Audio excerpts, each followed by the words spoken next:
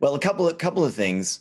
One, do you think it's safe and fair to kind of, for us as broadcasters, uh, conceive of and equate fitness to money, since it saves us money in the long run, since it gives us points of conversation and content creation?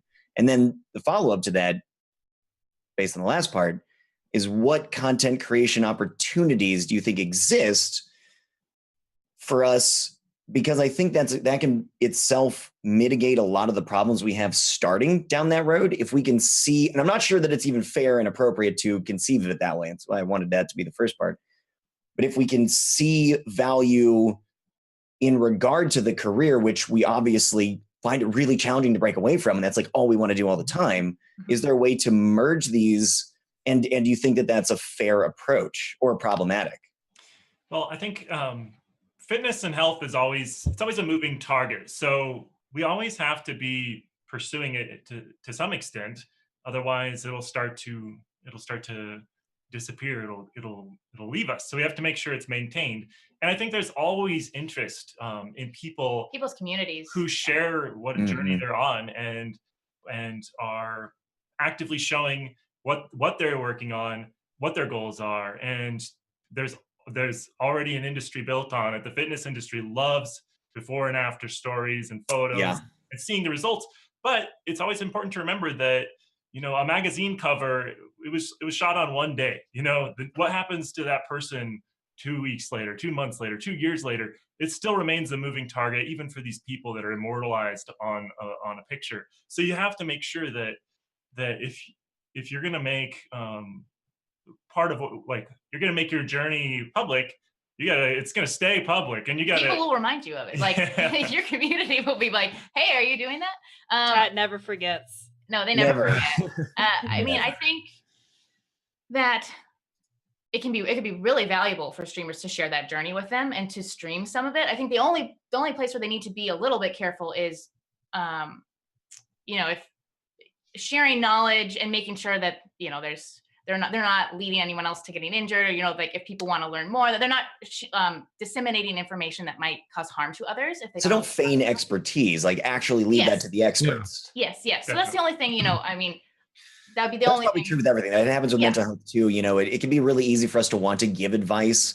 based on our own experiences, but we're not necessarily equipped to do that in a way that could lead to damage and harm. Right. But I think it still could be something that a lot of broadcasters could incorporate, whether it's just going for a walk, whether it's them doing some Just Dance or some stretching or some weight training, and however they want to incorporate it. I think the communities are going to love to follow along on that journey. So I don't know. I was going to say, I agree with the don't feign expertise thing, because if you guys think backseat gamers are bad, backseat training, backseat dieters, backseat fitness, it's a whole other ballgame. Oh God, it's so true. It really is.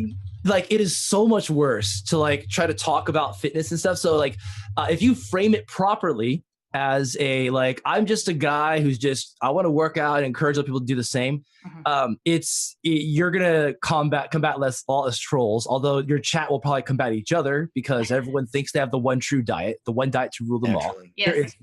But the idea of, is it okay to stream this? You're providing value. If you ask me, you're doing something that you like. It's good for you. It's you're being a good role model for everyone. Why? And you're making money off it. That's fantastic. Yeah. I think that's awesome. So I think it makes sense to try to put that content out there. It's just live streaming health and fitness is such a new frontier for all of us. Yeah. That what is the final form? What is a good form? I think we're all it's evolving content. We still don't know. So at the end of the day, just like everything on Twitch, it has to provide entertainment value. It's got to be entertaining to watch for otherwise people wouldn't watch it. But I think there are ways to do it, Hunter, to incorporate it. So how you do that, hey, if you figure it out, let me know. I'll copy You and I have been talking about this for half a year now. I would encourage anybody that's, for example, it's focusing on streamers here. I would encourage any streamer that's trying to get in shape in the background of their stream, talk about it and share that journey. How much you want to make it part of your actual stream is definitely up to you as a content creator.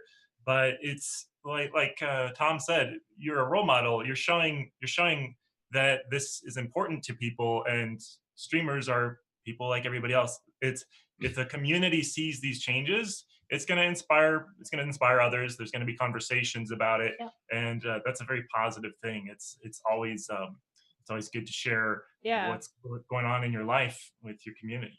I want to add one quick note about the role model thing. I was lucky that as a kid, my dad was into fitness. He would just like do bodyweight stuff at home. Looking back on it, it wasn't a very good plan. He wasn't very good at it, but just seeing it, it made fitness seem normal to me. Yes. And that is something that I think is really huge of an impact. Like we were saying with the role model. Absolutely. We make it seem normal to care about exercise and diet. And that's how society should be. Yeah. Normalize the positive traits and values. Exactly. Totally. Definitely. Yeah. Okay, so we're going to get into our Q&A here. We already have some questions gathered from you guys in chat.